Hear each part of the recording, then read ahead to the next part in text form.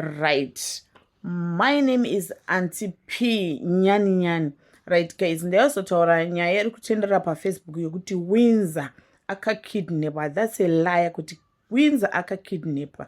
Isusu seZim Cape Town Association tiri kuda kunyanya kupa ruregerero zvikuru kumafanzi ose ari muCape Town, especially for vakaenda kustrand kudhanzi rikaflopa.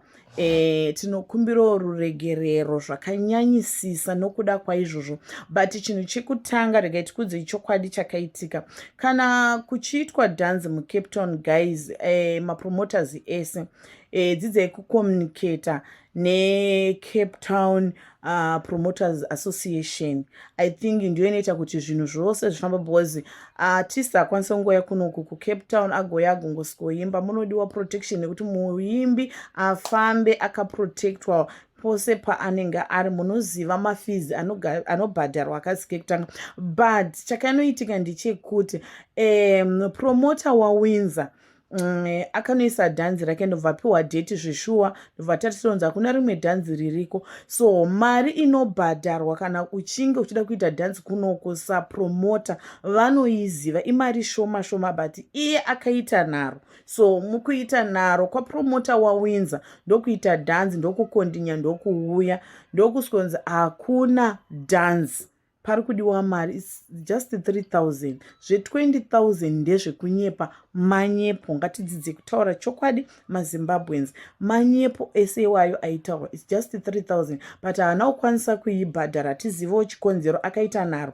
Tofunga ida kuzvionawo kuti hatizivi, hatisozivi hedu chikonzero chake. So tikunyanya kukumbira ruregerero zvikuru kumafanzi.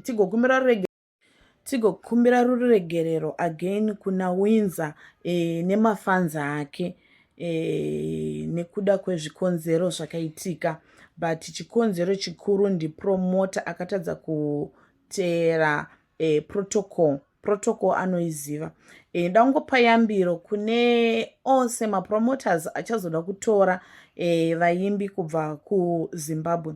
Ngatidzidzei kuteedzera protocol yedu. Munoziziva kwazvinotangira, munokuziva nekwazvinogumira. So kwazvinotanga nako ngatitange neiko kuti madhanzi edu aite zvakanaka uye tisakanganisa mamusicians edu anenge auya kunoko kuzoimba. Ngatisaitei madyo, ngatisaitei udyire. Teedzerai mutemo, zvinhu zvigotifambira zvakanaka kwese kumba guys. Thank you so much. I love you all.